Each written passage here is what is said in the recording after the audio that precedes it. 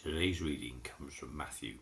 It's chapter 9, verses 35 to chapter 10, verse 8.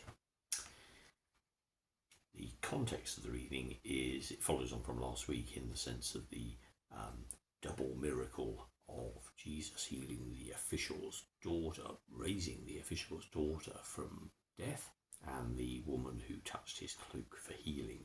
It's then followed by him healing two blind men and a dumb man. So back into the whole of chapter 8 and most of chapter 9, packed full of healing miracles. Jesus went round visiting all the towns and villages. He taught in the synagogues, preached the good news about the kingdom, and healed people with every kind of disease and sickness. As he saw the crowds, his heart was filled with pity for them, because they were worried and helpless, like sheep without a shepherd. So he said to his disciples, "The harvest is large, but there are few workers to gather it in. Pray to the owner of the harvest that he will send out workers to gather in his harvest." Jesus called his 12 disciples together and gave them authority to drive out evil spirits and to heal every disease and every sickness. These 12 men were sent out by Jesus with the following instructions. Do not go to any Gentile territory or any Samaritan towns. Instead, you are to go to the lost sheep of the people of Israel. Go and preach. The kingdom of heaven is near. Heal the sick, bring the dead back to life, heal those who suffer from dreaded skin diseases, and drive out demons. You have received without paying, so give without being paid.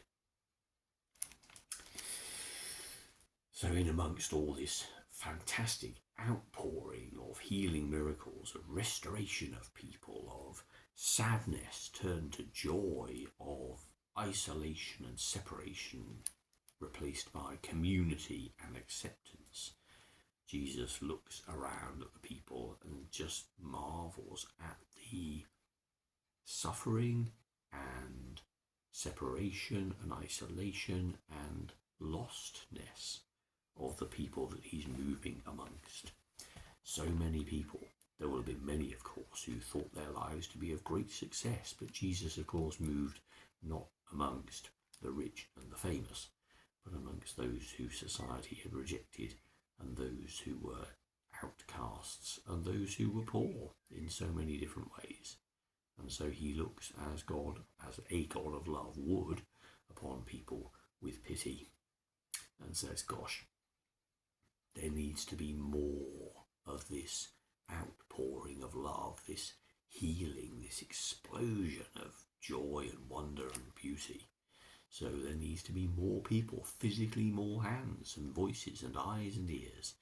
And look around me. Here I am, God in human form, surrounded by more humans. If only they too could join in with this great work. And so he calls his 12 disciples and commissions them to go out and do these things. To heal the sick, bring the dead back to life, and heal those who suffer from dreaded skin diseases, drive out demons. But primarily, go and preach. The kingdom of heaven is near.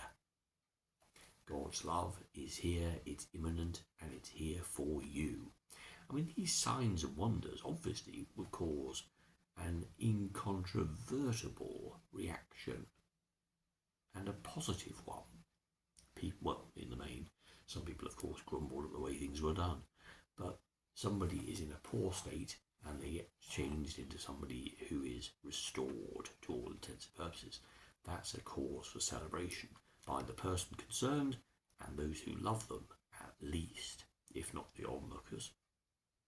So this explosion is happening, but of course that in itself is relatively short-lived. I will transform your temporary sadness into joy. And how quickly, of course, each one of us accepts that new status of joy as our given right and nothing special. You may, if you're in that situation, always remember the person who cured you and made you better with fondness, but it won't necessarily inform your every waking moment and your every thought, because soon that gets submerged into memory and becomes part of your new life. You're not necessarily always on the cusp of being aware of how greatly you have received. It becomes the new norm.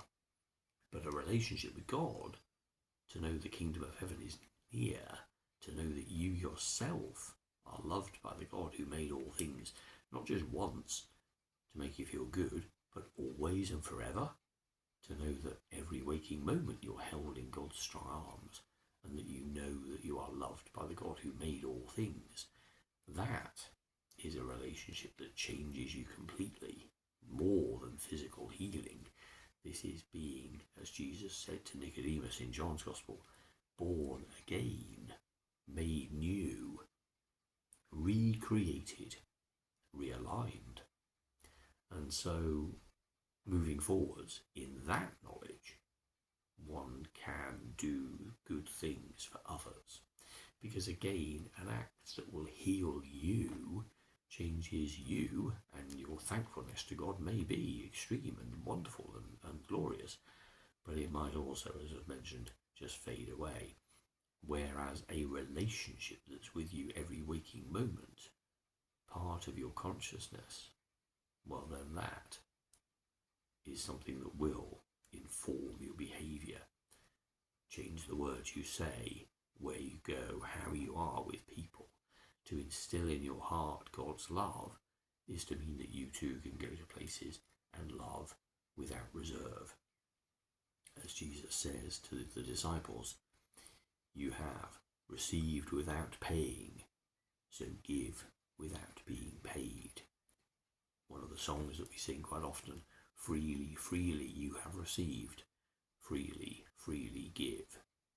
For to know that we are loved is and should produce an extravagant outpouring of kindness to the world. It should inform our behaviour and our speaking and all the things we do.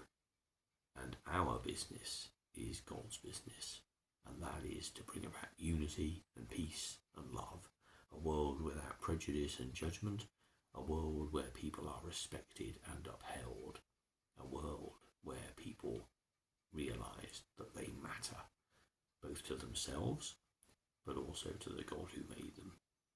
But primarily, we are to be people busy about God's work, which is characterised by love and kindness and joy.